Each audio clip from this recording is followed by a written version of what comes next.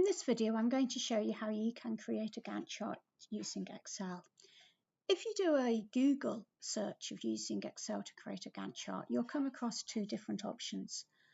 The first is to download a specific bit of Gantt chart software, which is probably the easiest way to do it, which you can upload into Excel. The second way is to use the graph function.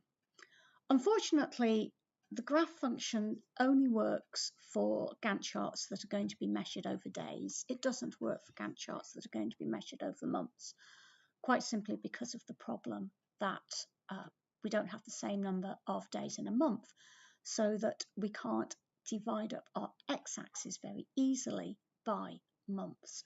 So my solution, rather than trying to fiddle around with the graph function to make it look like a Gantt chart, is actually just to use some very simple formulae and some conditioning and some cell conditioning commands to construct a Gantt chart.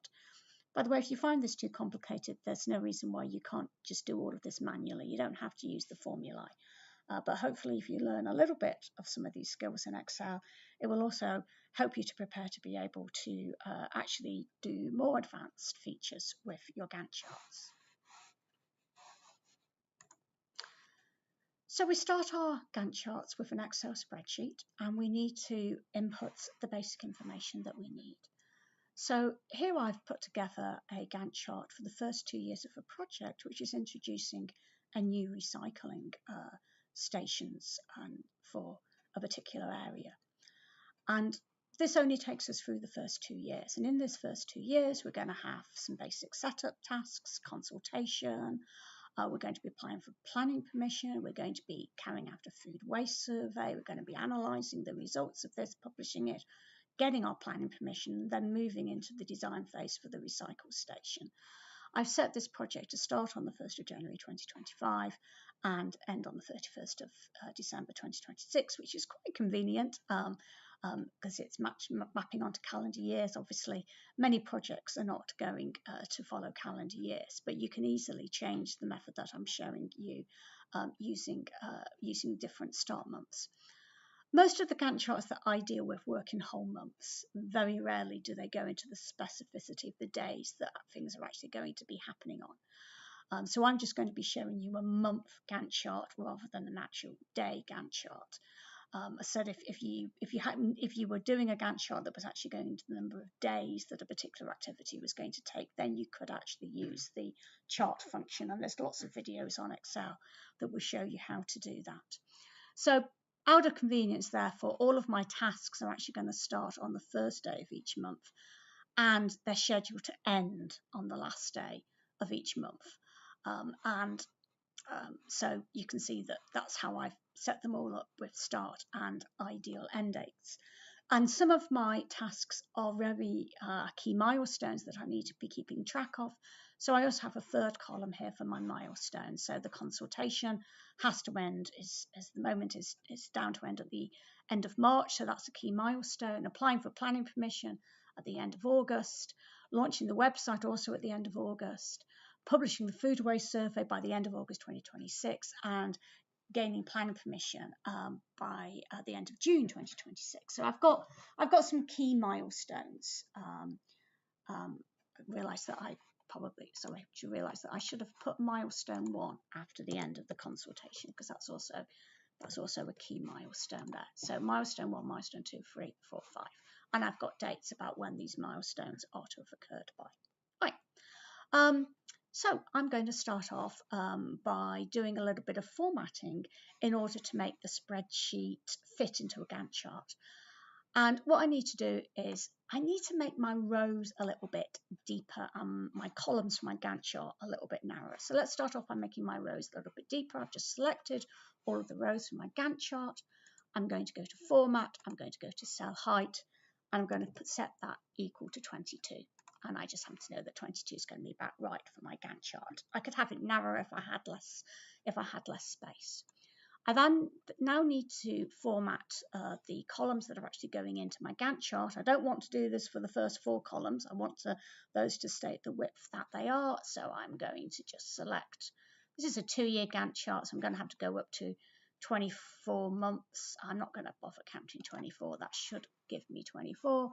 And I'm going to now set the column width. And this time I'm going to set the column width to 4.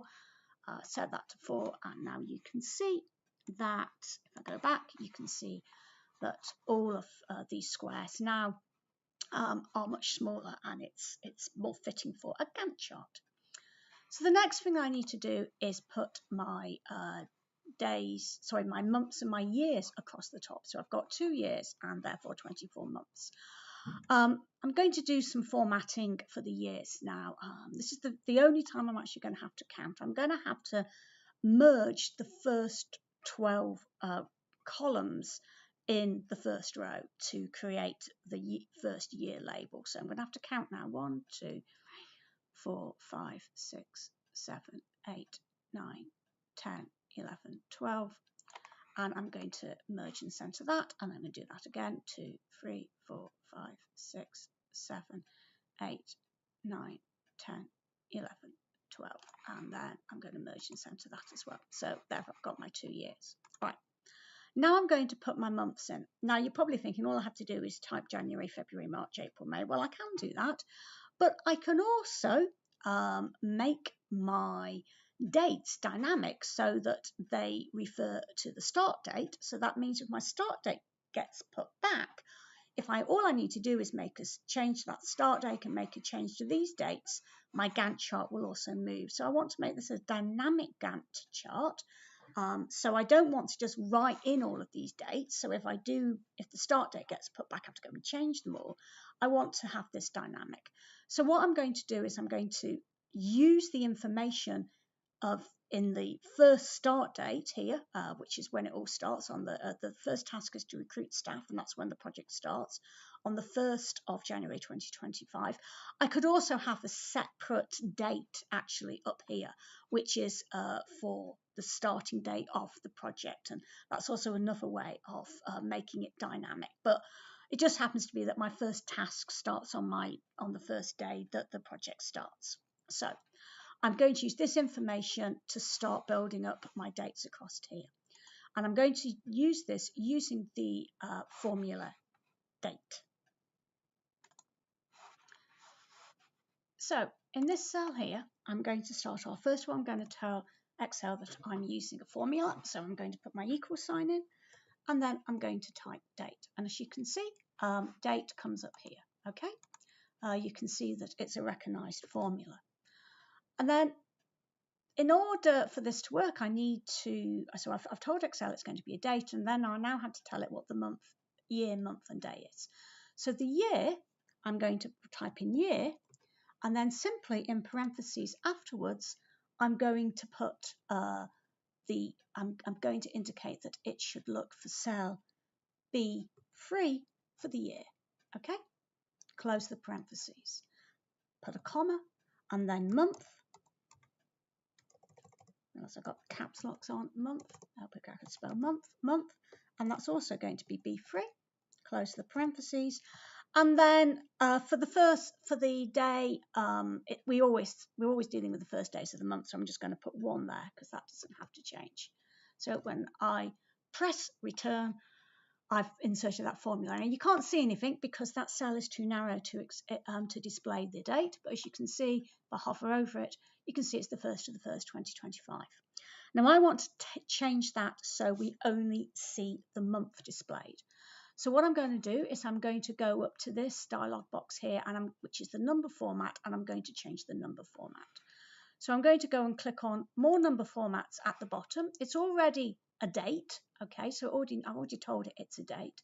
So I'm going to customize that date, and all I need is the month to be returned. If I just type MMM, Excel reads MMM as returning the first 3 letters of a month. So if I put MMM in that dialog box there, click on OK, as you can see that's turned to January. I want to do a couple of little formatting things here. I want to put that in the middle of the cell, so I just want to change the formatting so you can see that January is in the middle of the cell. So I've moved that formatting. So the next thing to do is to put in all of the subsequent months, and all I need to do for that is to use another formula called eDate. eDate is going to return serial dates. So this time I put the start date in, and the start date is the start date this time is E2, and I want to move that along by 1. So I want to have it the next month. So if I close those parentheses, and this this time the problem is that I haven't set up my conditional formatting. So what I'm going to do is I'm going to go back to the more number formats. I'm going to go to custom. So I'm going to go to date first, then I'm going to go to custom, and then again I'm just going to return that as MMM. OK, and that's February. And again, this time I want to put it in the middle and in the middle there. OK, so the first one is telling you go to the start date to get the month, and then the second formula is saying use eDate, and eDate tells you the date to start with, which is E2, and then add on 1, and then I have to change the formatting so it only shows the actual month. And then what I can do is I can copy that particular eDate function and move that all the way across and fill the rest of the months. So there we are. That saves a little bit of bother about having to type all of the months in. It also, while that might not seem that important if you're only doing it for 2 years, if you've got more complex Gantt charts, it can be quite useful. And as I say, it's particularly useful. It means that if you change the start date, and say if we had another cell that this was reading from, which was the start date, it means if you change the start date, the whole of your Gantt chart is going to be automatically updated. So that's quite useful. Now for the years, I can do one of 2 things. I could just type 2025 or 2026, but I'm going to show you a slightly different way of doing that. In this, so I just want to make sure that I'm not selecting that February anymore. I just want to select where the year is going to be. And I can just simply make that. I can make that as, if I put that in the middle of the year, so let's go for J, because that's for June, J2. Okay, change that. That says June. But I don't want that to be June. I want that to be the year. I can go to more number formats. I can go to custom. So I've got to go to date first, sorry. And then I can go for custom. And I just want it to be year. So Y. And that will give me 2025. And if I copy that, Control copy, if I do that over there, you see that will be 2026. Again, not much between that and copying and pasting, but also means that you can have it can automatically update if the dates around here changed. The next thing I'm going to show you how to do is how to add a little bit of colour here.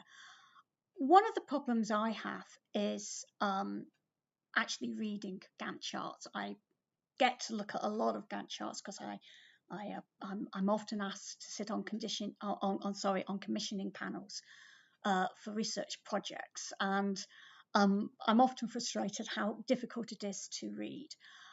So I'm just going to show you how you can very easily highlight every other month, so it's a little bit easy to distinguish. At the moment, you see, it's a little bit difficult to read across that text, so it'd be nice if we could highlight every other month. Now you can go and do that manually, or you can do it using a formula and using what we call conditional formatting. And the conditional formatting function is really useful because it allows you to format your Excel spreadsheet according to conditions that you set. So we're going to do a little bit of conditional formatting. So I've selected conditional formatting, and I'm going to, none of the actual predefined rules that they have are going to work for me. So I am going to have a new rule.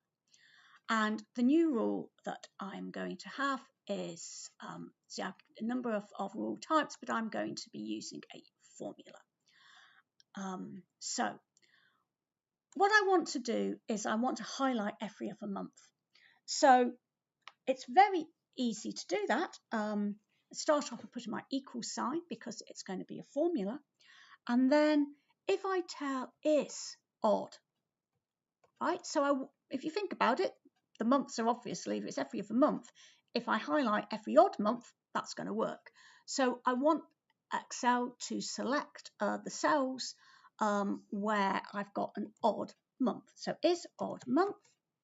So I do is odd, open parentheses, month, and then I have to tell it which cell I want to be looking at in, and I'm going to type E.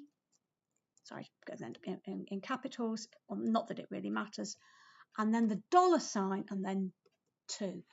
If you're not familiar with how the dollar sign works, the dollar sign fixes whatever comes after it. So that means that Excel is only going to look for cells in row 2 here. It's not going to be looking for any other for any cells in any other row.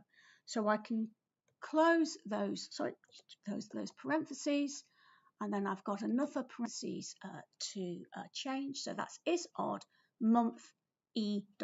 So that's asking to select the odd months in row 2, starting from cell E. And then I'm going to select my format. So I'm going to go for the fill, and I think I'll just go for a nice pale orange. Okay, so nice pale orange. Okay, and then okay, and you can see that it's done January. There's one thing that I've forgotten to do here. I have to go back to manage my rules, and I have to say where that's going to apply to, and it's actually going to apply to all of that. So click on back there. So I just have to click on the apply, so that it's applying from E2 to AB2. So click on OK. And there you can see that it's highlighted every other month. And again, it's much quicker than going through and doing that manually. So that means that it's a little bit easier to see.